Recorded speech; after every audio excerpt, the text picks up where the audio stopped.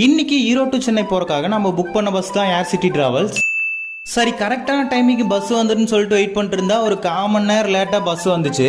Interior ஓரளவுக்கு இருந்துச்சு. அதே மாதிரி எக்ஸ்டீரியரும் ஓரளவுக்கு இருந்துச்சுங்க.